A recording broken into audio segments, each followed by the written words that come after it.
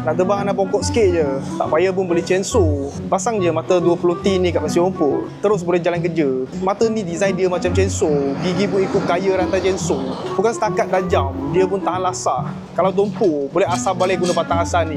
Sama lah macam kita buat kat chainsaw. Kalau kerja potong dahan tak banyak sangat, tak payah beli chainsaw. Satu mata ni cukup dah.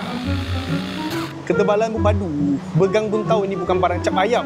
Memang berat sikit. Tapi sebab dia solid. Kalau korang pun cuma ada beberapa pokok kecil nak terbang je, boleh cuba pakai mata ni. Kalau berminat, sila tengok komen. Link Shopee saya dah letak kat komen. Mantap!